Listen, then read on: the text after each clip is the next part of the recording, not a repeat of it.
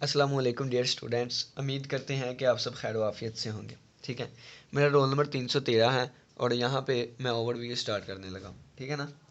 तो इस तरह मैं अपनी प्रेजेंटेशन तैयार करूँगा कि सबसे पहले हमारे पास आज का जो टॉपिक है वो है यूक्लिडियन एल्गोरिथम। ठीक है, यूक्लिडियन एल्गोरिथम। यूक्लिडियन एल्गोरिथम को हम यूक्लिड्स एल्गोरिथम भी कहते हैं, यानी कि इसी को हम क्या कहते हैं, यूक्लिड्स यूक्लिड्स एल्गोरिथम। ठीक है, अब ये यूक्लिड्स एल्गोरिथम क्या होता है।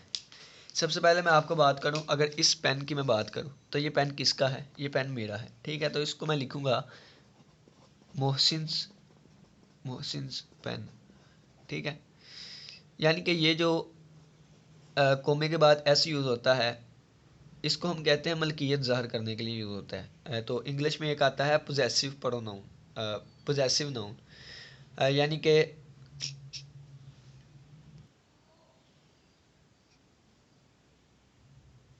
अस्सलाम वालेकुम डियर स्टूडेंट्स, उम्मीद करते हैं कि आप सब खैर वाफियत से होंगे। ठीक है, तो आज का हमारा लेक्चर नंबर थ्योरी का यूक्लिडियन एल्गोरिथम।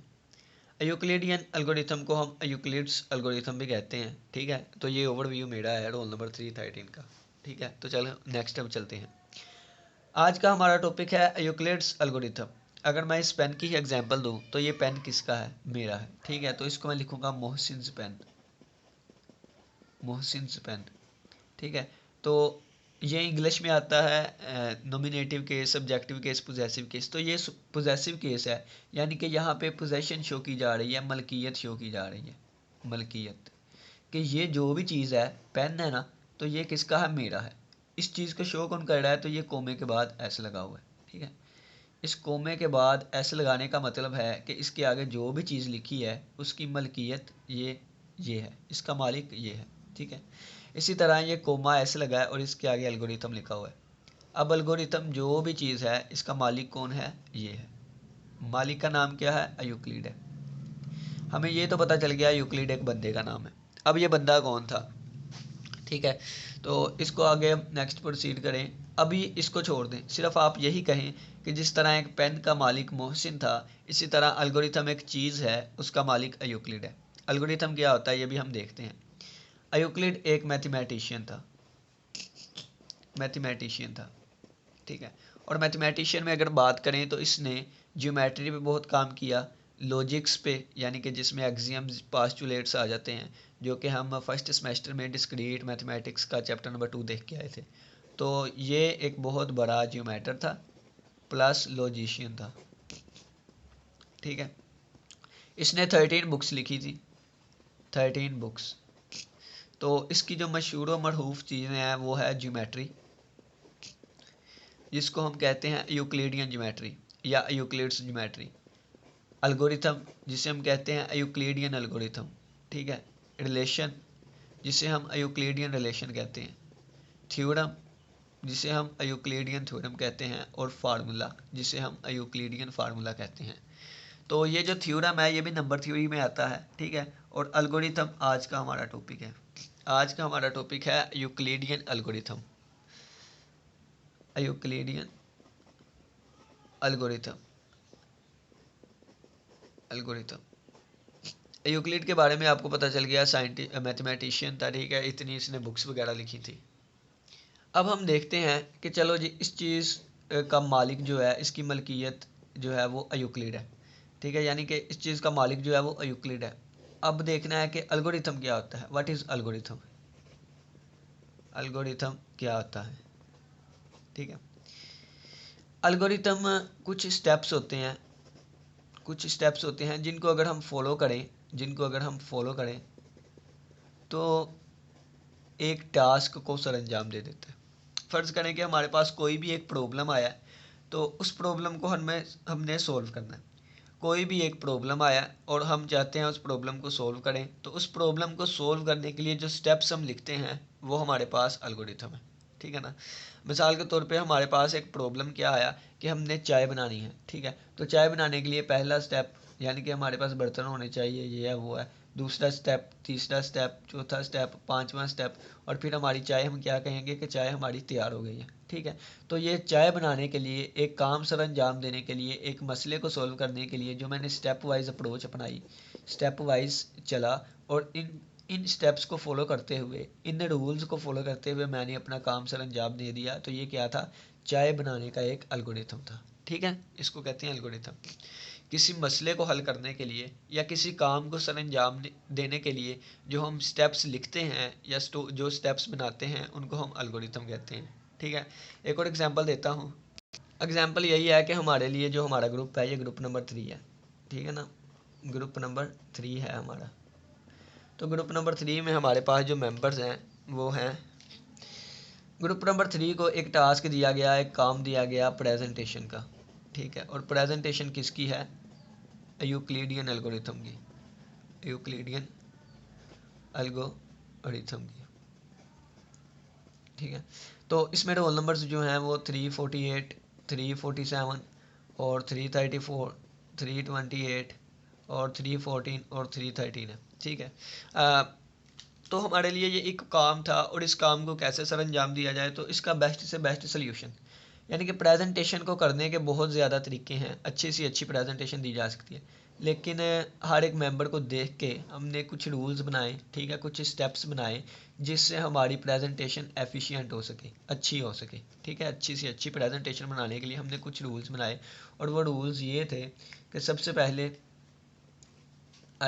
इस बंदे को हम प्रेजेंटेशन देंगे, असाइनमेंट देंगे, यानी कि इस बंदे को हमने असाइनमेंट दे दी 348। ठीक है, रोल नंबर 2 की अगर बात करें तो हमने क्या किया कि रोल नंबर 2 313 आके इंटरव्यू ओवरव्यू देगा, जो कि अभी मैं दे रहा हूँ। ठीक है, इसके बाद 3 में क्या होगा कि ये 347 आके इसकी इस ओवरव्यू की समरी देगा, ओवरव्यू की समरी देगा। इसके बाद 334 क्या करेगा? 334 हमें मेन टॉपिक समझाएगा। ठीक है, और नंबर 5 पे ये जो 328 है, 328 है, नंबर 5 पे जो ये 328 है, ये हमें ये 328 ये हमें मेन टॉपिक की समरी बताएंगे। ठीक है, मेन टॉपिक की समरी, मेन टॉपिक। और नंबर 6 पे हम क्या करेंगे कि नंबर 6 पे ये जो एक बच्चा हमारा रह गया 314 ये हमें एग्जाम्पल्स में हमारी मदद करेगा, एग्जाम्पल्स के लिए। तो प्रेजेंटेशन देने के बहुत ज़्यादा तरीके थे। ठीक है, लेकिन उससे बेस्ट से बेस्ट तरीका फाइंड करने की कोशिश की, हर एक मेंबर को यूज़ भी करना था, तो ये मैंने बेस्ट तरीका अपनाया। स्टेप नंबर 1 असाइनमेंट हमने लिख ली। स्टेप नंबर 2 क्या था? ओवरव्यू था। स्टेप नंबर 3 क्या था कि उस ओवरव्यू की समरी देंगे। स्टेप नंबर 4 क्या था? मेन टॉपिक कवर किया जाएगा। स्टेप नंबर 5 क्या था कि समरी जो है वो मेन टॉपिक की दी जाएगी। और स्टेप नंबर 6 नहीं बल्कि ये इसको साथ लेके चलना है, इसने कुछ एग्जांपल्स भी देनी है। तो इस तरीके को अगर हम लेके चलेंगे, इन रूल्स को अगर हम फॉलो करेंगे तो हमारी प्रेजेंटेशन एफिशिएंट तरीके से हो जाएंगी। ठीक है, तो इसको हम क्या कहेंगे? इस जो सारे मैंने स्टेप्स बनाए इसको हम कहेंगे मोहसिन्स एल्गोरिथम्स, मोहसिन्स एल्गोरिथम। ठीक है, ये एग्जांपल दिया है एक समझाने के लिए कि यानी कि एक मसले को हल करने के लिए, मसला क्या था? प्रेजेंटेशन देनी। प्रेजेंटेशन को देने के हज़ारों तरीके, लेकिन सबसे एफिशिएंट जो मेरी नज़र में था ये वाला था। ठीक है, तो जो रूल्स बनाए, जो स्टेप्स बनाए, इसको हम कहते हैं मोहसिन्स एल्गोरिथम। ठीक है ना, तो जहाँ से समझ ना आना है तो लाजमी पूछ लीजिएगा। तो इसको कहते हैं यूक्लिड्स एल्गोरिथम। क्या था? यूक्लिड्स एल्गोरिथम क्या था? अब मुझे तो प्रेजेंटेशन दी गई थी, मेरा मसला प्रेजेंटेशन को सॉल्व करना था, लेकिन यूक्लिड जो है ये एक मैथमेटिशियन था, मैथमेटिशियन था, ये एक लॉजिशियन था, एक जियोमेटर था। तो इसका मसला क्या था कि इसका मसला था जीसीडी को फाइंड करना। ठीक है, इसका मसला था जीसीडी को फाइंड करना। तो जीसीडी को फाइंड करने के लिए, जीसीडी क्या? Greatest common common divisor. ठीक है, जीसीडी को फाइंड करने के लिए, जीसीडी को फाइंड करने के लिए जो इसने रूल्स बनाए या जो इसने स्टेप हमें पेश किए उसको ही हम कहते हैं यूक्लिड्स एल्गोरिथम। ठीक है, अब मेरे नज़दीक तो मेरी प्रेजेंटेशन सबसे अच्छी होनी चाहिए थी, लेकिन इसके नज़दीक क्या था? इसने एक ऐसा तरीका दिया, यानी कि एफिशिएंट वे दिया to find to find to find GCD. ठीक है, जीसीडी व्हाट इज जीसीडी हम ये भी देखते हैं। फिलहाल बात को समझने की कोशिश कीजिएगा। यूक्लिड्स एल्गोरिथम क्या होता है, ठीक है। यूक्लिड्स एल्गोरिथम क्या होता है कि यूक्लिड के बारे में थोड़ा सा इंट्रोडक्शन दे दिया, एल्गोरिथम के बारे में बता दिया कि एक काम को सर अंजाम देने के लिए जो स्टेप्स हम फॉलो करते हैं उनको हम क्या कहते हैं, एल्गोरिथम। मेरे पास एक टास्क आया, प्रॉब्लम आया, प्रेजेंटेशन देनी है सबसे अच्छी। प्रेजेंटेशन देने के बहुत तरीके हैं, इसको यहाँ कर देता, इसको यहाँ, इसको कोई और काम दे देता, इसको कोई और काम। लेकिन जो मुझे सबसे अच्छा एफिशिएंट प्रेजेंटेशन देने का तरीका लगा वो मैंने लिख दिया और इसको कहूँगा मोहसिन्स एल्गोरिथम। अब यूक्लिड मैथमेटिशियन था, इसके नज़दीक जो मसला था वो था ग्रेटेस्ट कॉमन डिवाइज़र, ठीक है। तो इसने एक अच्छा सा तरीका दे दिया जीसीडी को फाइंड करने का। उसने कुछ रूल्स दे दिए कि अगर उन रूल्स को फॉलो करेंगे तो आप इजीली जीसीडी फाइंड कर सकते हैं। तो उन रूल्स को, उन स्टेप्स को हम यूक्लिड्स एल्गोरिथम कहते हैं, ठीक है ना। बात की समझ आ गई। अब इसने जो हमें वे दिया वो एफिशिएंट वे कैसे, यानी कि आसान तरीका कैसे। सबसे पहले तो अगर हम जीसीडी को देखें तो ये है ग्रेटेस्ट कॉमन डिवाइज़र, ठीक है। नाम से ही जाहिर है, नाम को लेके चलना है हमने, सिर्फ और सिर्फ नाम को लेके चलना है हमने। डिवाइज़र कहते हैं डिवाइड करने वाले को, ठीक है ना, डिवाइड करने वाले। फ़र्ज़ किया कि 8, अगर एग्जांपल ले लूँ 8 की, ठीक है। 8 को कौन कौन सी चीज़, विदाउट रिमाइंडर, यहाँ पे एक और लफ्ज़ लिख दें, थोड़े वर्ड लिख लें, विदाउट रिमाइंडर के बगैर जो चीज़ डिवाइड करें। रिमाइंडर के बगैर, रिमाइंडर किसे कहते हैं, जो चीज़ बाकी बचती है, डिवाइड करने के बाद जो चीज़ बाकी बचती है उसको हम कहते हैं रिमाइंडर। तो डिवाइज़र क्या हुए, डिवाइज़र डिवाइड करने वाले, ऐसे डिवाइड करने वाले कि जिसको डिवाइड कर रहे हैं उसके बाद कुछ ना बचे। एग्जाम्पल के तौर पे देखते हैं, 8 को हम किससे डिवाइड करेंगे, पहले 1 से करके देखते हैं। 1 8 हज़ार 8, पीछे कितना बचा, कुछ भी नहीं, यानी कि रिमाइंडर 0 है। तो हम क्या कहेंगे कि 1 डिवाइज़र है 8 1 डिवाइज़र है 8 का, ठीक है। फिर इसके बाद 1 के बाद आता है 2, तो 8 को डिवाइड किया हमने 2 से, तो 2 4 हज़ार 8, रिमाइंडर 0 बचा, यानी कि रिमाइंडर फिर 0 है, ये भी डिवाइज़र है, ठीक है। फिर हमने 8 को अंदर रखा, 3 पे डिवाइड किया, तो 3 2 हज़ार 6, पीछे 2 बचा। तो ये जो हमारे पास आया है ये 0 नहीं है, तो इसका मतलब 3 जो है ये 8 का डिवाइज़र नहीं है, ठीक है। इसी तरह 8 को अंदर रख के 4 पे किया, 4 2 हज़ार 8, रिमाइंडर 0 बचा, इसका मतलब कि 4 भी डिवाइज़र है, ठीक है। फिर हमने 8 को अंदर रख के 5 पे किया, 5 एक बार, 5 पीछे 3 बचा, यानी कि ये हमारे पास डिवाइज़र नहीं है। इसी तरह 6 से किया, 6 1 हज़ार 6, पीछे 2 बचा, ये भी जो है वो डिवाइज़र नहीं है। इसी तरीके से 8 को अंदर रखा और 7 पे किया, 7 1 हज़ार 7, रिमाइंडर 1 बचा, ये भी हमारा डिवाइज़र नहीं है। फिर हमने 8 को अंदर रखा, 8 पे डिवाइड किया, 8 1 हज़ार 8, पीछे 0 बचा, ये चीज़ 0 बची, तो इसका मतलब है कि 8 भी जो है वो डिवाइज़र है। तो डिवाइज़र का पता चल गया। ऐसे डिवाइड करने वाले कि जो कि रिमाइंडर 0 लेके आए उनको हम डिवाइज़र कहते हैं। अब डिवाइज़र का तो हमें पता चल गया, ठीक है। अगर हम कॉमन की बात करें तो कॉमन क्या चीज़ होती है। फ़र्ज़ किया कि हमारी क्लास में ही ना कि किसी के चेहरे पे एक निशान है, ठीक है। तो उस जैसा निशान किसी और के चेहरे पे नहीं है, ठीक है। तो उस शख्स को या उस स्टूडेंट को मैं क्या कहूँगा, प्रॉपर, यानी कि वो बंदा ख़ास है, क्योंकि वो चीज़ सिर्फ एक में पाई जाती है। तो वो चीज़ क्या है, वो प्रॉपर है, वो ख़ास है, क्योंकि उसका नेमुल बदल नहीं है, उस जैसा कोई भी नहीं है, ठीक है। लेकिन अगर वही निशान किसी और के भी हो, यानी कि एक बंदे के निशान बना हुआ है चेहरे पे, वही निशान किसी और के भी बना हुआ है, तो मैं फिर क्या कहूँगा, वो चीज़ ख़ास नहीं रही बल्कि आम हो गई है, ठीक है। ऐसी कोई चीज़ जो कि एक से ज़्यादा में पाई जाए वो ख़ास नहीं रहती, वो आम हो जाती है, इसको कहते हैं कॉमन, ठीक है। यानी कि कॉमन क्या होगी, कॉमन हमेशा एक से ज़्यादा चीज़ों के दरमियान, ऐसी चीज़ जो कि एक से ज़्यादा चीज़ों के दरमियान पाई जाए उसको कॉमन कहते हैं। डिवाइज़र हम एक नंबर का भी फाइंड कर सकते थे, लेकिन कॉमन डिवाइज़र हमेशा एक से ज़्यादा नंबर्स का होगा, या 2 नंबर्स का होगा, या 3 नंबर्स का, या 4 नंबर्स का, ठीक है। कम से कम 2 का। तो आज हम 2 नंबर्स के कॉमन डिवाइज़र पढ़ेंगे, ठीक है। एग्जाम्पल ले लेता हूँ 8 और 32। 8 के हम डिवाइज़र फाइंड करके आए 1 2 4 8, ठीक है। अब इसको 32 को तो नहीं, मैं 32 को अंदर रख के 1 पे डिवाइड किया, रिमाइंडर 0, 32 को अंदर रख के 2 पे किया, 3 पे किया, 4 पे, तो मैं डायरेक्ट इसका लिख लेता हूँ। हम बड़ी क्लास में है, 1 2 4 और 8 भी डिवाइड करता है, 16 भी करता है, 32 भी, ठीक है। अब इन दोनों के कॉमन डिवाइज़र कौन से है, 1 2 4 8, 1248। तो कॉमन डिवाइज़र को हमारे पास कौन से आए, कॉमन डिवाइज़र्स कौन से आए 1248। और कॉमन डिवाइज़र्स आगे अब क्या लिखा हुआ है, ग्रेटेस्ट कॉमन डिवाइज़र, ठीक है, यानी कि ग्रेटेस्ट इनमें से सबसे बड़ा 8 है, तो 8 को हम क्या कहेंगे, ग्रेटेस्ट कॉमन डिवाइज़र, ठीक है, या कह लें जीसीडी, ठीक है। 8 को हम क्या कहेंगे, 8 को हम कहेंगे जीसीडी, ग्रेटेस्ट कॉमन डिवाइज़र, ठीक हो गया। ये था इसके नाम के तरीके से जीसीडी फाइंड करना। लेकिन इस सारे प्रोसीजर को एक साइड पे रख के, इस सारे प्रोसीजर को साइड पे रख के यूक्लिड जो मैथमेटिशियन था उसने एक एफिशिएंट वे दिया, यानी कि उसने अपना एल्गोरिथम दिया, उसने एक अच्छा सा तरीका दिया जीसीडी को फाइंड करने का। वो मैं आपको बताता हूँ क्या है। तो अब यूक्लिडियन एल्गोरिथम का हम थोड़ा सा ओवरव्यू देख लेते हैं। यूक्लिडियन एल्गोरिथम तो यहाँ पे ना वीडियो लेंथी हो गई, तो ज़हेब भाई संभाल लेना, क्योंकि वहाँ पे कम ही बोला जाता है वाइट बोर्ड पे जाके, ठीक है ना। तो ये देखें 8 और 32 का इतने लेंथी तरीके से हमने फाइंड किया, ये था ग्रेटेस्ट कॉमन डिवाइज़र, यानी कि इसके नाम को यूज़ करते हुए। लेकिन जो यूक्लिडियन ने एल्गोरिथम दिया तो एफिशिएंट वे, यानी कि इसने हमें एफिशिएंट वे दिया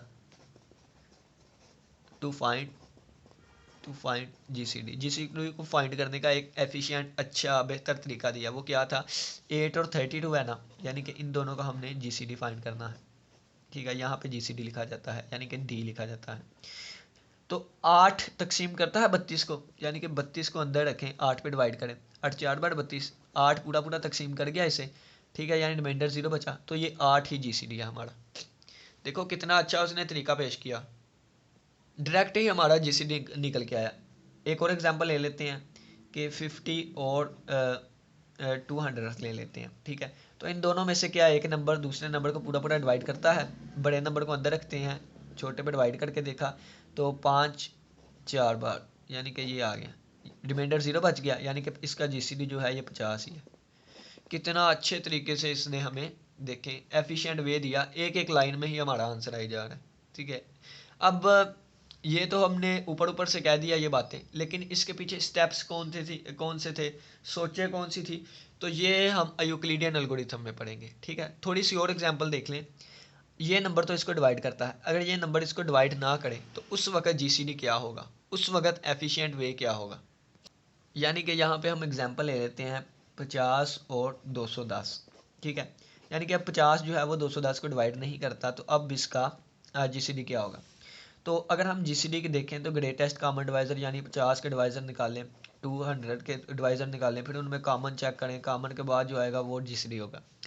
इसको सोल्व करने का एक बेहतरीन उसने तरीका बताया कि 210 को अंदर रखा, 50 में डिवाइड किया, ठीक है। तो 50 4 बार 200, पीछे कितना बता 10 बच गया, ठीक है। अब मज़ीद हम इसको डिवाइड नहीं कर सकते, तो आपने क्या कहना है कि इस चीज़ को हमने उठाया और अंदर रख दिया यहाँ पे। अब हमने इसको डिवाइड करना है, 10 5 बार 50, हमने रिमाइंडर 0 लेके आना है। यहाँ पर रिमाइंडर 0 नहीं था आया, हमने आगे प्रोसीड किया, जब आगे प्रोसीड किया तो ये रिमाइंडर 0 आ गया। रिमाइंडर 0 जब यहाँ पर रिमाइंडर 0 आया था, इससे डिवाइड किया था ये जीसीडी, यहाँ रिमाइंडर 0 आया था, इससे डिवाइड किया था ये जीसीडी। अब यहाँ रिमाइंडर 0 आया तो इससे डिवाइड किया, तो इसको हम कहेंगे जीसीडी है, यानी कि 50 और इसको नहीं, ये 50 यही था, इससे डिवाइड किया, ठीक है। इससे डिवाइड करने के बाद जीसीडी 0 आया, तो 50 और 210 का जो जीसीडी होगा वो 10 होगा, ठीक है। 50 यानी कि 50 और 210 का जो जीसीडी होगा वो 10 होगा। एक और एग्जांपल देख लेते हैं ताकि हमें अच्छे तरीके से समझ आ सके।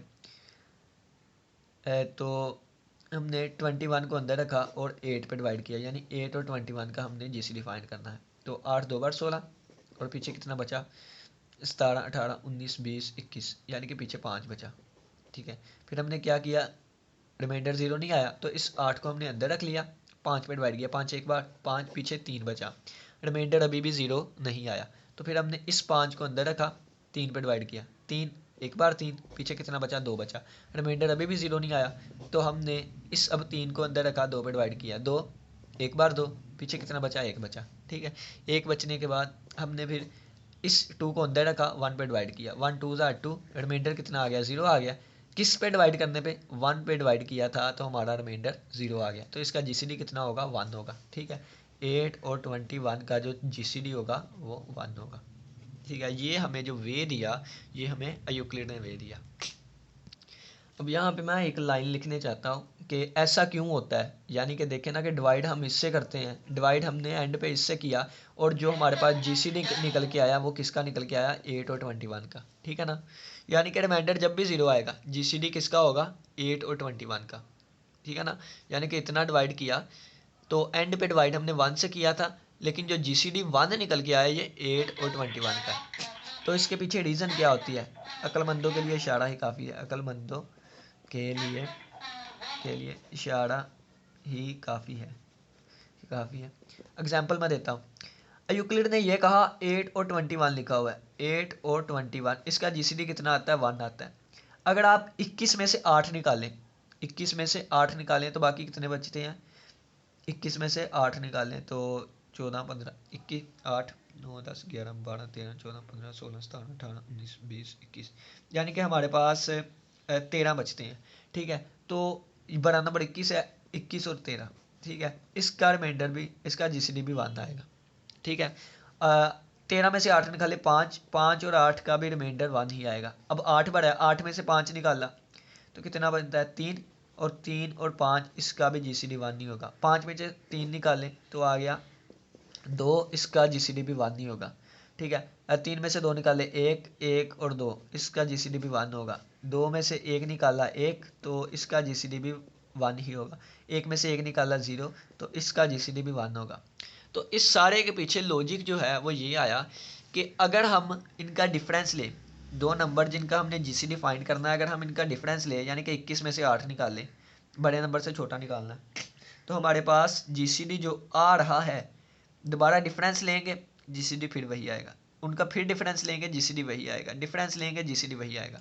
एक और एग्जांपल लेता हूँ, 2, 10 और 50, इनका जीसीडी 10 आया था ना, तो 210 में से 50 को निकाला तो ये आ गया, ये 50 का 50 ही रहा, 210 में से 50 को निकाला तो ये आ गया 160, और इन दोनों का जीसीडी भी 10 ही रहेगा। ठीक है ना, 160 में से 50 और 110, इनका जीसीडी निकाला तो ये भी 10 ही रहेगा। ठीक है, तो ये हमारे पास इसके पीछे रीज़न है। ठीक है, कि दो नंबर जिनका हमने जीसीडी फाइंड करना है, अगर हम उनका डिफरेंस लें तो उनका जीसीडी भी सेम आएगा। ये देखें, ये 5, ये 5, ये 3, ये 3, ठीक है, ये 2, ये 2, ये 1, ये 1, और इसका जीसीडी 1 आ गया, इसके बाद रिमाइंडर 0। ठीक है ना, तो ये इसके पीछे रीज़न था। पहले बता दूं, अगर इसी चीज़ को मैं इस तरह लिखूं कि यानी हमारे पास ए और बी दो नंबर आ गए हैं, ए और बी दो नंबर आ गए हैं, और हमने इसका जीसीडी फाइंड करना है, यानी डी फाइंड करना है। ए और बी दो नंबर आ गए हैं, हमने इनका जीसीडी फाइंड करना है, ये जीसीडी की नोटेशन होती है। तो हमने क्या किया, ए और बी में से एक ना एक नंबर तो बड़ा ही होगा, या ए बड़ा होगा या बी, दोनों बराबर भी हो सकते हैं। अगर दोनों बराबर हो जाएं तो डी भी वही होगा, यानी कि अगर 5, 5 आ गया तो इनका जीसीडी भी 5 ही होगा। ठीक है ना, लेकिन अगर दोनों नंबर बराबर नहीं है तो कोई ना कोई बड़ा होगा, कोई ना कोई छोटा होगा। तो फ़र्ज़ करें कि बी बड़ा है और ए छोटा है, यानी कि 8 और 21 ही की एग्जांपल ले लें, इसका हमने जीसीडी फाइंड करना है। तो बी की कीमत 21 है और ए की कीमत 8 है। ठीक है, तो ये 21 को अंदर रख के 8 पे डिवाइड किया था, यहाँ पे हम क्या करेंगे, बी को अंदर रख के ए पे डिवाइड करेंगे। जब बी को अंदर रख के ए पे डिवाइड किया, ए को क्यू से मल्टीप्लाई करेंगे, यहाँ कोई कीमत आएगी, बी में से उसको माइनस करेंगे तो बाकी कोई ना कोई रिमाइंडर बचेगा। ठीक है, तो इसको हम नेक्स्ट प्रोसीड करते हैं इस तरीके से। अब ए को अंदर रखा, ए को अंदर रख के R1 पे डिवाइड किया, तो यहाँ पे अब क्वेश्चन 2 आएगा, यहाँ कोई ना कोई चीज़ आएगी, उसमें से माइनस करेंगे तो आंसर कितना आएगा, R2, यानी कि कोई और रिमाइंडर आएगा। ठीक है, इसी तरीके से अब हमने क्या किया कि R1 को अंदर रखा, यानी कि डिवाइड करने वाले को अंदर रखा, R2 पे डिवाइड किया। अब यहाँ पे Q3 आएगा और यहाँ पे कोई ना कोई कीमत आएगी और यहाँ R3 आएगा। ये प्रोसीजर चलता रहेगा। ये देखें, ये प्रोसीजर चलता रहा जब तक कि रिमाइंडर 0 नहीं आ गया। ठीक है, तो अगर ये प्रोसीजर भी हम उस वक्त तक चलाएंगे जब तक 0 नहीं आ जाता, तो यही चीज़ जो है हम इन जनरल प्रूव लेके चलेंगे, ये हमारा ज़हेब भाई करेगा। ठीक है, यही चीज़ को आगे जो प्रोसीड है ना, वो ज़हेब भाई लिख के करेंगे, प्रूव करेंगे। मेरा काम सिर्फ यहीं तक का था। ठीक है, अब देखें, इसका जो हम इसको लेके चल रहे हैं, इसका रिमाइंडर लाजमी ज़ीरो आएगा। लाजमी ज़ीरो आया ना, ये देखें इतना लेंथी भी करके एंड पे ज़ीरो लाजमी आ गया। अब अगर ज़ीरो ना आए ऐसा सवाल ही पैदा नहीं होता, क्योंकि एल्गोरिथम जो होता है इसको कहते हैं कि इसके जो स्टेप्स होते हैं, एल्गोरिथम किसी प्रॉब्लम किसी मसले को हल करने के स्टेप्स होते हैं, ये स्टेप्स फाइनाइट होने चाहिए। एल्गोरिथम जो है इसके जो स्टेप्स हैं वो फाइनाइट होने चाहिए, इनफाइनाइट नहीं। ये नहीं कि हमने चलते ही जाना चलते ही जाना, अगर हम चलते ही गए तो हमारा काम ख़त्म ही नहीं होगा। ठीक है, तो इसके जो स्टेप्स होंगे वो फाइनाइट होने चाहिए, यानी कि ख़त्म भी हो जाए। स्टेप ख़त्म होंगे तो हमारा काम ख़त्म होगा, हमारा मसला हल होगा। ठीक है ना, तो लाखों स्टेप भी है ना, तो लाख भी गिनती में आता है, इसका मतलब कि ये भी ख़त्म हो गया। तो ये नहीं होना चाहिए कि जिसको हम काउंट ही ना कर सके, चलती नहीं चलती नहीं। ठीक है, तो इसका रिमाइंडर ज़ीरो लाजमी आएगा। तो हम इस तरीके से इसको भी हम लाजमी ज़ीरो तस्वर करेंगे एक पॉइंट पे जाके, और वो पॉइंट कौन सा होगा, एन। ठीक है, यानी कि हम सोचेंगे कि एन पे जाके हमारा जो आंसर है वो रिमाइंडर जो है वो ज़ीरो बन जाएगा। तो इसको आगे ज़ेब बाई प्रोसीड करेंगे। अब नेक्स्ट जो साद ने बताना है ना, वो बात सिर्फ इतनी होगी। अब साद का काम देख लें, सिर्फ 2 मिनट का काम है साद का। साद ने कहना है आज हमारा यूक्लिडियन एल्गोरिथम था, जिसे यूक्लिड्स एल्गोरिथम भी कहते हैं। ठीक है ना, तो अगर ये पेन मोहसिन का है तो इसको हम लिखेंगे मोहसिन पेन, यानी कि इस चीज़ का मालिक ये है। इसी तरह एल्गोरिथम का मालिक यूक्लिड है। यूक्लिड एक मैथमेटिशियन था, एक जियोमेटर था, लॉजिशियन था। इसने 13 बुक्स लिखी, इसमें उसने ज्योमेट्री का जिक्र किया, एल्गोरिथम, रिलेशन, थ्योरम, फार्मूला, और चीज़ें भी थी। ठीक है, एल्गोरिथम को आज हम स्टडी करेंगे। यूक्लिडियन एल्गोरिथम, ठीक है, या यूक्लिड्स एल्गोरिथम। एल्गोरिथम क्या होता है, एल्गोरिथम कुछ स्टेप्स होते हैं, ये फाइनाइट स्टेप्स होते हैं जिनको फॉलो किया जाए तो हमारा काम मुकम्मल हो जाए। ठीक है, ग्रुप नंबर 3 के लिए एक मसला था कि जैसे प्रेजेंटेशन पेश करनी थी। प्रेजेंटेशन पेश करने के बहुत सारे तरीके, जीसीडी को भी फाइंड करने के बहुत सारे तरीके। ठीक है, लेकिन हमने एफिशिएंट तरीका देखा, उसने एफिशिएंट वे देखा जीसीडी को फाइंड करने का। तो ये प्रेजेंटेशन को सोल्व करने के लिए जो एल्गोरिथम बनाया इसको मोहसिन एल्गोरिथम, और जीसीडी को फाइंड करने के लिए जो एल्गोरिथम बनाया उसको यूक्लिड्स एल्गोरिथम कहेंगे। ठीक है, ये ग्रेटेस्ट कॉमन डिवाइज़र, डिवाइज़र जो पूरा पूरा तकसीम करे, रिमाइंडर कोई भी ना बचे, उसको हम कहते हैं डिवाइज़र। कॉमन कॉमन कम से कम दो चीज़ों के दरमियान होगा। ठीक है, अगर वो एक ही बंदे में पाई जाती है कोई चीज़ तो वो पड़ापड़ होगी, खास होगी, लेकिन एक से ज़्यादा चीज़ों में अगर कोई चीज़ पाई जाए तो उसको हम कहते हैं कॉमन। तो कम से कम दो लोगों में पाई जानी चाहिए। तो हम दो चीज़ों का कॉमन डिवाइज़र देखते हैं। 8 के डिवाइज़र लिखे, 32 के डिवाइज़र्स लिखे, फिर इनमें से कॉमन देखे और कॉमन में सबसे ग्रेटेस्ट देखा, तो ये हमारे पास जीसीडी आ गया, जिसको हम ग्रेटेस्ट कॉमन डिवाइज़र कहते हैं। ठीक है, अब हम देखेंगे यूक्लिड ने एफिशिएंट वे कौन सा दिया। तो 8 और 32 है, अगर 8 32 को डिवाइड करता है तो 8 हमारा जीसीडी है। 50 और 200 है, अगर 50 पूरा पूरा 200 को डिवाइड करता है तो हमारे पास 50 ही जीसीडी है। लेकिन अगर पूरा पूरा डिवाइड ना करे तो 210 को हमने अंदर रखा और 50 पे डिवाइड किया, 50 4 बार 200, और पीछे कितना बचा 10। ठीक है, फिर हमने 10 बचा, तो फिर हमने इस 50 को अंदर रखा, यानी कि डिवाइड करने वाले को अंदर रखा और 10 पे डिवाइड किया। 10 5 बार 50, पीछे 0 बचा, यानी कि 50 और 200 को प्रोसीड करते करते हुए हमने 10 पे डिवाइड किया तो हमारा रिमाइंडर 0 आया। तो 10 हमारे पास जीसीडी होगा। 10 किसका जीसीडी है, 50 और 210 का। तो ये हमारे पास ये भी आ गया।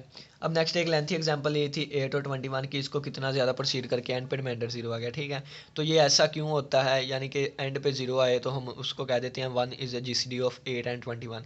तो इसके पीछे अक्लमंदों के लिए इशारा ही काफ़ी है, उसने देखा कि अगर हम इसका डिफरेंस ले तो हमारा रिमाइंडर जो है जीसीडी जो है वो सेम रहता है। बस 7 का काम ख़त्म हो गया। नेक्स्ट, अब ये जो मैंने चीज़ लिखी है ये वाली चीज़, अब इसका प्रूफ जो है वो क्या करेंगे, ज़ुहेब भाई करेंगे। ज़ुहेब भाई आपका काम स्टार्ट होने लगा, स्टार्ट करें।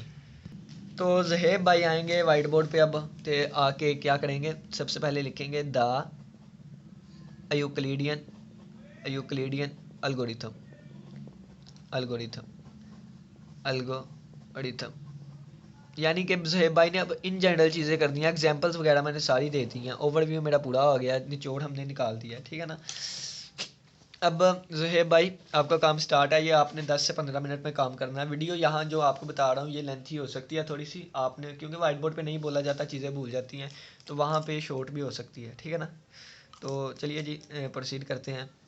यूक्लिडियन एल्गोरिथम, यूक्लिडियन एल्गोरिथम में आप कहेंगे कि लेट करें, फ़र्ज़ किया कि ए और बी दो इंटीजर्स में से बिलोंग करते हैं। ठीक है, ठीक है, ए और बी दो इंटीजर है, देन हमने फाइंड करना है जीसीडी, फाइंड करना है जीसीडी। ठीक है, इन जनरल अब हमने लेके जाना है। फाइंड कैसे करना है, GCD of A and B, A and B, ठीक है ना। ज़हेब भाई देखें कि अब हमने ना इसको इन जनरल लेके जाना है, यानी कि ए और बी का हमने जीसीडी फाइंड करना है। तो इसका हम प्रूफ स्टार्ट करते हैं, आपको फिर समझ आएगी। प्रूफ स्टार्ट कर देते हैं, प्रूफ, ठीक है। प्रूफ हमने स्टार्ट किया है, तो आपने जो जो मैं बताई जा रहा हूँ यहाँ पे लिखना कम ही है, वाइट बोर्ड पे सारा काम समझाने का ही होता है, ठीक है। कहते हैं कि अगर 10% मटेरियल हो और 90% प्रेजेंटेशन हो, आंसर 100% आता है। यानी कि मटेरियल जितना मर्जी आपने कुछ भी ना लिखें, लेकिन समझाना आपने मैक्सिमम है। ए और बी इंटीजर में से बिलोंग करते हैं, हमने जीसीडी फाइंड करना है, यानी कि ए और बी का हमने जीसीडी फाइंड करना है, ठीक है ना। अब नेगेटिव नंबर्स का भी हमने जीसीडी की प्रॉपर्टी पढ़ी कि जीसीडी हमेशा जो है वो 0 से ग्रेटर होता है, ठीक है ना। तो जीसीडी नेगेटिव नंबर का भी वही आएगा, ठीक है। यानी कि हम कह देते हैं जीसीडी जो है वो ए मोड का भी वही आएगा, ठीक है। नेगेटिव नंबर का भी वही आएगा, पॉजिटिव नंबर का भी वही आएगा, और मोड वाले का भी वही आएगा, जीसीडी ऑफ ए और बी। तो हम इसके लिए प्रूव कर देते हैं, यही इसके इक्वल है, यही इसके इक्वल है, ठीक है ना। तो इसके लिए हम प्रूव कर देते हैं बस। अब हम किसके लिए लेके चले हैं, we assume that GCD of A B, ये हमने फाइंड करना है, ठीक है, इन जनरल यूक्लिडियन मेथड के जरिए। अब ए और बी में से कोई ना कोई तो बड़ा होगा, अगर तो दोनों सेम है, अगर तो ए और बी इक्वल है, तो ये जो नंबर होगा, यानी कि अगर तो जीसीडी 5 और 5 का हमने मालूम करना है, तो जीसीडी आंसर 5 ही आ जाएगा, अगर ए और बी इक्वल है तो 5। लेकिन अगर इनमें से कोई बड़ा है और कोई छोटा है, ठीक है, कोई बड़ा है, और हाँ याद रखना है कि A square plus B square not equal to 0, ये दोनों जीरो नहीं होने चाहिए, कम से कम एक नॉन जीरो। जीरो क्यों नहीं होने चाहिए, क्योंकि जीरो को हम जीरो से डिवाइड नहीं कर सकते, ये अनडिफाइंड है, ठीक है। इस वजह से दोनों जीरो नहीं होने चाहिए, कम से कम एक जीरो हो जाए, ठीक है, कम से कम एक जीरो हो जाए कोई भी। अगर फर्ज किया कि ए जीरो है बी ये है, तो हम कहेंगे बी को अंदर रख के जीरो पर डिवाइड किया। अगर हम कहें कि ए वैसे ही है बी जीरो है, तो हम कहेंगे ए को अंदर रख के जीरो पर डिवाइड किया, ठीक है। लेकिन अगर दोनों जीरो हो जाए तो हम जीरो को अंदर रख के जीरो पर डिवाइड बिल्कुल भी नहीं कर सकते, ठीक है ना। कम से कम एक जो है वो जीरो नहीं होना चाहिए। एग्जाम्पल ले लेते हैं कि अब हम इसको स्टार्ट करते हैं अपने प्रूफ को, कि इन दोनों में से फ़र्ज करें कि हमारे पास जो नंबर बी है ना वो ग्रेटर देन है या इक्वल टू है ए के, और ए ग्रेटर देन है 0 के, ठीक है ना। पॉजिटिव नंबर्स के लिए हम लेके चले, ठीक है, कि ए भी ग्रेटर देन 0 है, बी जो कि ए से बड़ा है वो भी ग्रेटर देन 0 है, ठीक है। इसके बाद हम इस पे, यानी कि हमने फिर बी बड़ा है ना, तो बी को अंदर रखा, ए पे डिवाइड किया, बी बड़ा है, बी को अंदर रखा, ए पे डिवाइड किया, तो यहाँ पे कोई Q1 कोशेंट आएगा, यहाँ पे कोई ना कोई वैल्यू आएगी, बी में से उसको माइनस करेंगे तो यहाँ पे आएगा R1, ठीक है। तो इसको हम कहते हैं डिवीजन एल्गोरिथम, जो कि हम BS मैथमेटिक्स के फर्स्ट सेमेस्टर में पढ़ के आए थे। वो क्या था कि हम लिखेंगे B is equal to A Q1 plus R1, ठीक है। इसको हम कहते हैं डिवीजन एल्गोरिथम। तो ये स्टेटमेंट लिखने से पहले हम क्या लिखेंगे, यहाँ पे apply division algorithm on A and B.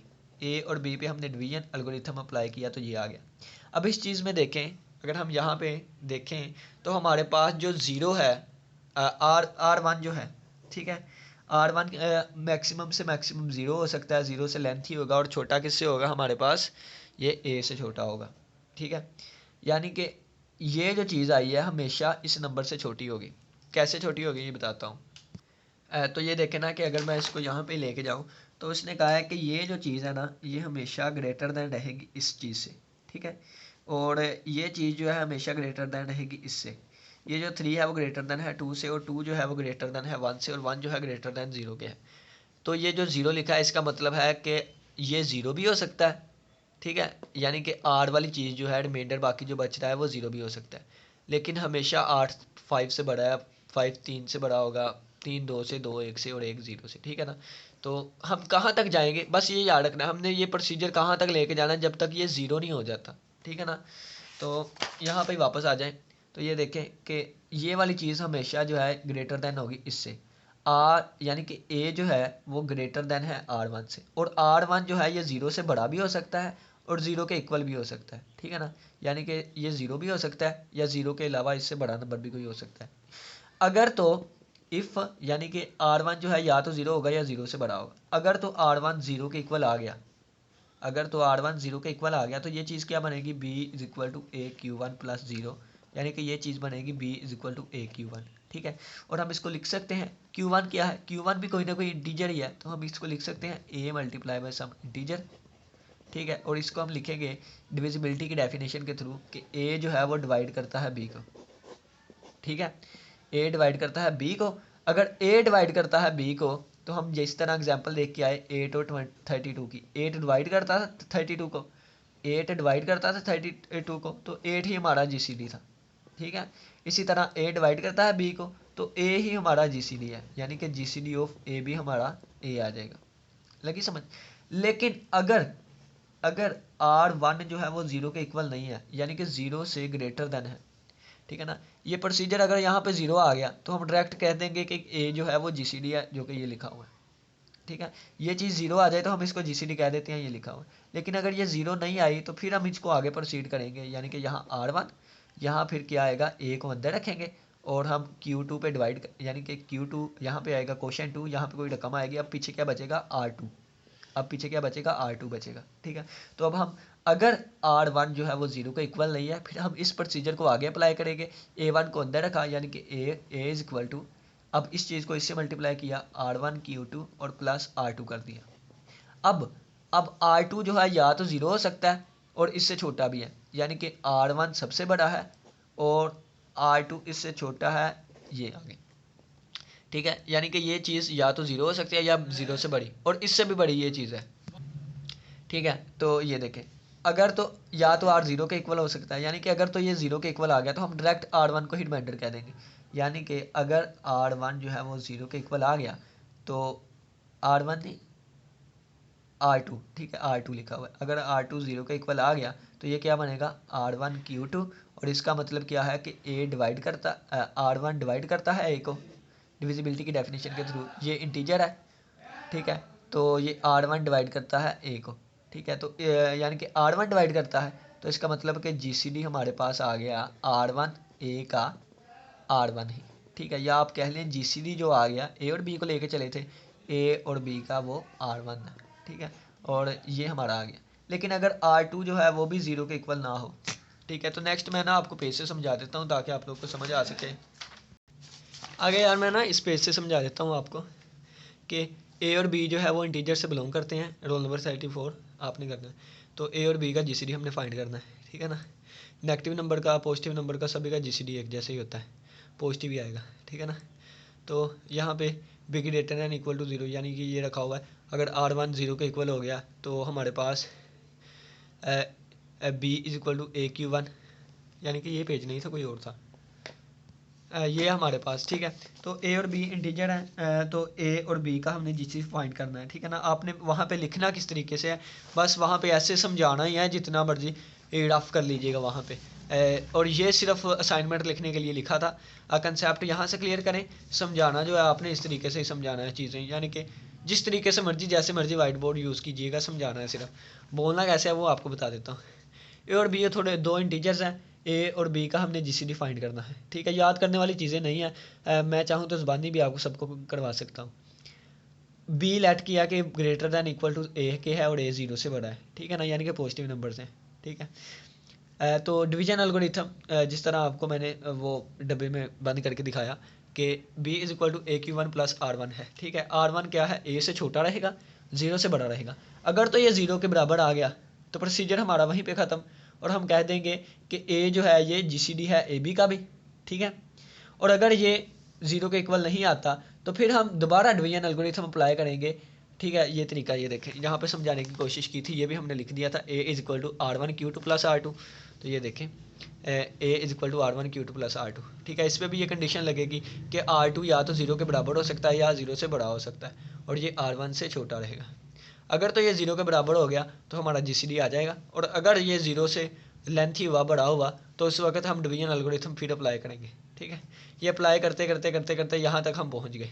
ठीक है, यहाँ तक पहुँच गए कि जब R3 भी 0 के इक्वल नहीं आया, 3 दफ़ा ये स्टेप किया, तो फिर हमने डिवीजन एल्गोरिथम अप्लाई किया R2 और R3 के ऊपर, तो ये हमारे पास आ गया। यहाँ पे R4 जो है वो R3 से छोटा रहेगा और 0 से बड़ा रहेगा। अगर तो R4 0 के इक्वल आ गया, ठीक है। अगर R4 0 के इक्वल आ गया तो इस वक्त क्या कहेंगे कि R2 जो है वो इक्वल टू है R3 Q4 के, और यानी कि R3 डिवाइड करता है R2 को, यानी कि R3 जो है वो GCD है R2 R3 का, यानी कि R3 जो है वो GCD है A और B का। ठीक है। लेकिन अगर ये 0 नहीं आता फिर हम इसको आगे प्रोसीड करेंगे। प्रोसीड करते करते कहाँ तक गए, हमने कह दिया कि n+1 तक चले गए, और n+1 पे जाके हमारे पास रिमाइंडर जो है कंटिन्यूस अंटिल सम 0 रिमाइंडर, और n+1 पे जाके हमारा रिमाइंडर 0 आ गया। यानी कि आपको समझाना चाहूँ तो ये देखें, बी को अंदर रख के ए पे डिवाइड किया था, यहाँ R1 आ गया, यहाँ R2 आ गया, फिर हमने ए को अंदर रख के Q2 पे किया तो ये हमारे पास यहाँ R3 आ गया, फिर हमने R2 को अंदर रखा यानी कि इसको अंदर रखा, Q4 पे किया तो हमारे पास यहाँ पे ये आ गया R4 आ गया। ये प्रोसीजर कहाँ तक चलते जाना तो यहाँ तक हम आ गए, और यहाँ पे लेट कर लिया कि यहाँ रिमाइंडर 0 आ गया। रिमाइंडर तो लाजमी 0 आएगा, वो इसलिए क्योंकि हमने अपना आंसर भी तो GCD का लेके आना है ना, तो GCD के आंसर के लिए 0 आना चाहिए, फाइनाइट स्टेप होने चाहिए। ठीक है, ये लाजमी 0 आता है। ठीक है, तो ये हमने सारा किया। अब जो वहाँ पे स्टेटमेंट लिखी है वो पहले इतनी स्टेटमेंट लिखी होती कि डिवीजन एल्गोरिथम इतने ऐसा लगा, अगर R2 0 के इक्वल आ गया, ठीक है, तो हमारा ये GCD हो जाएगा, A और B का GCD A हो जाएगा। ठीक है, और अगर ये 0 के इक्वल ना आया, अगर 0 के इक्वल ना आया तो फिर R1 और R2 पे, R1 और A R2 और A पे डिवीजन एल्गोरिथम लगेगा, ये लग गया। अगर R3 अब 0 के इक्वल आ गया तो GCD हमारा R2 आ जाएगा, जो कि A और B का भी है और A और R2 का भी है। लेकिन अगर R3 0 के इक्वल नहीं आया तो ये प्रोसीजर आगे आ जाएगा। ठीक है, अगर R4 0 के इक्वल आ गया, ठीक है, तो R3 GCD होगा R2 A का भी, R3 GCD होगा R2 R3 का भी, R3 GCD होगा A और B का भी।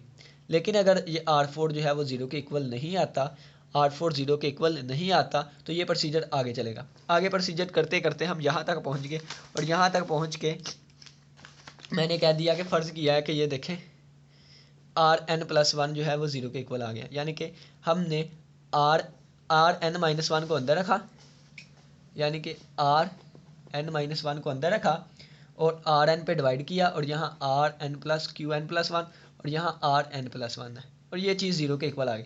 जब ये चीज़ 0 के इक्वल आ गई तो फिर GCD की क्या चीज़ होगी, ये चीज़ GCD होगी इसका भी और इसका भी, ये चीज़ GCD होगी इसका भी इसका भी, ये चीज़ GCD होगी इसका और इसका भी, ये चीज़ GCD होगी इसका भी और इसका भी। ठीक है, यानी कि हमने प्रूव कर दिया कि R जो N है, Rn जो है ये डिवाइड करता है, ये R जो N है ये GCD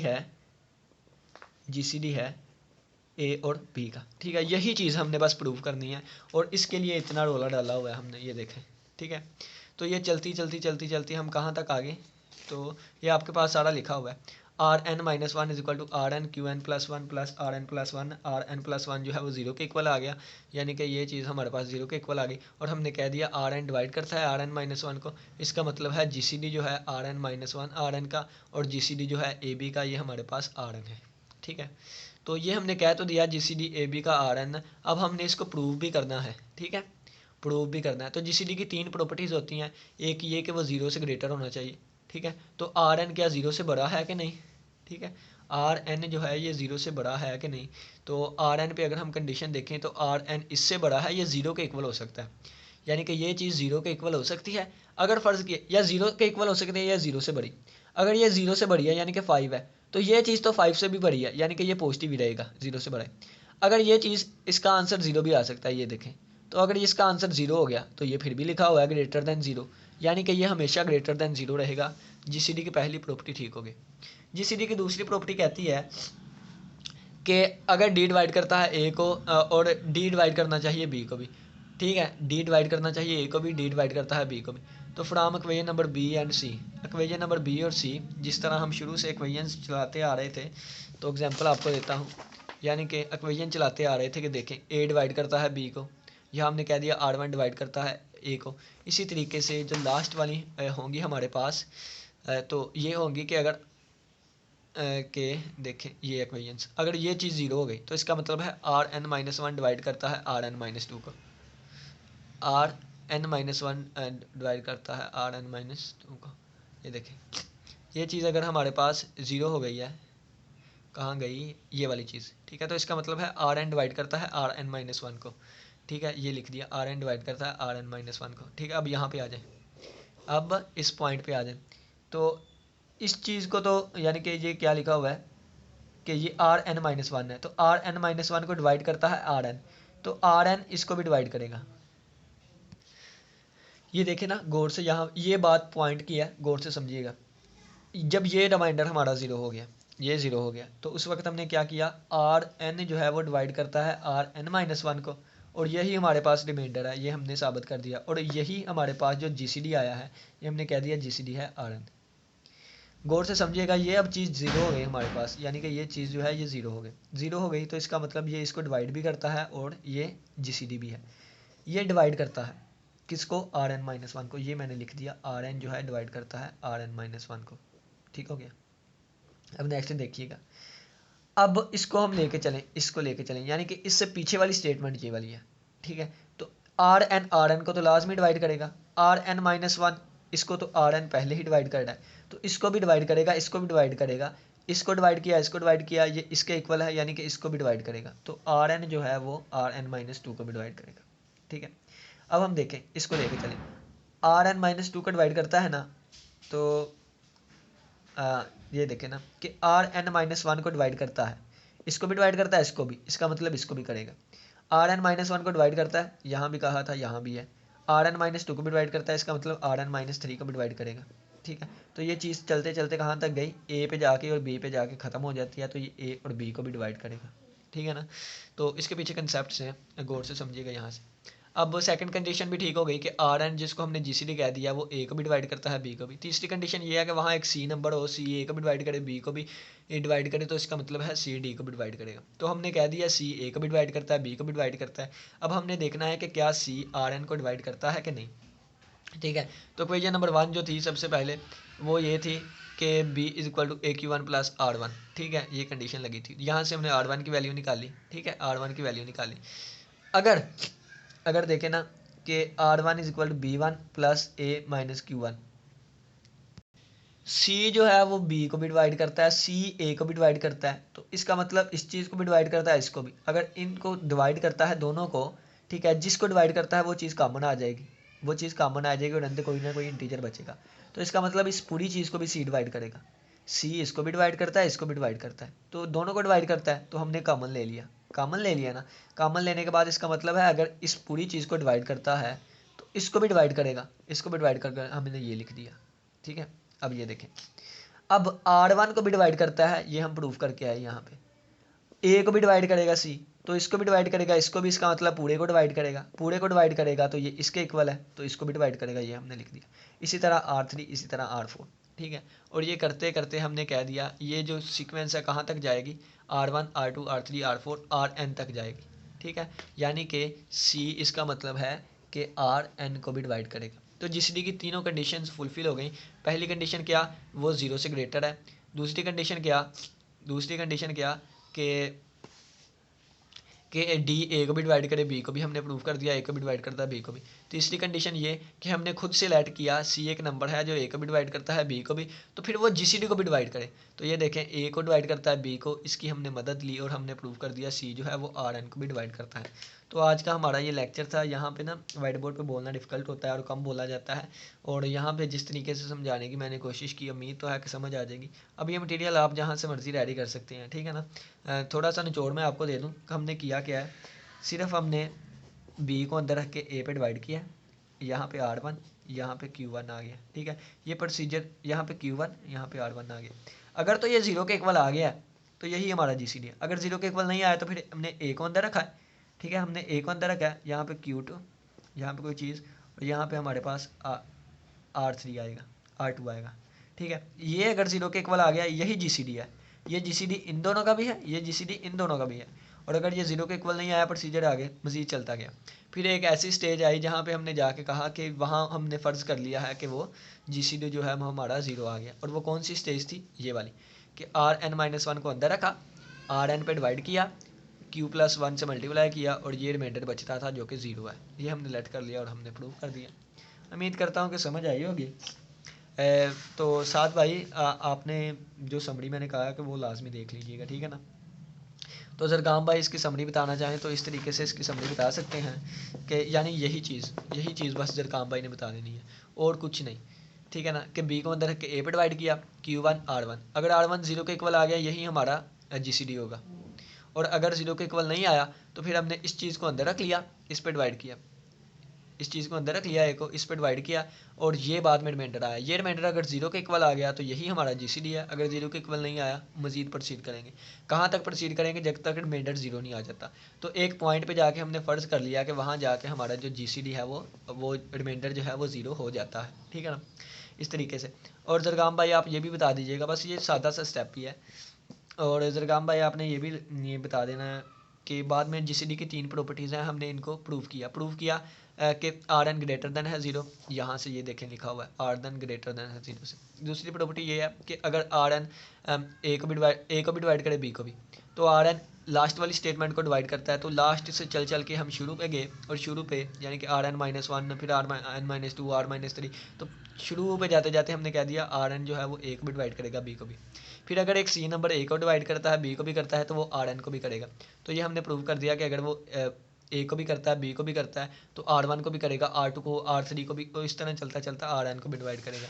तो इसी तरह आज का हमारा लेक्चर कंप्लीट हुआ और हमने प्रूव कर दिया कि GCD जो है ए और बी का वो Rn है, ठीक है ना। इसी के साथ इजाज़त दीजिए, अल्लाह हाफिज़, अल्लाह निगहबान। कोई भी क्वेश्चन हो आप पूछ सकते हैं।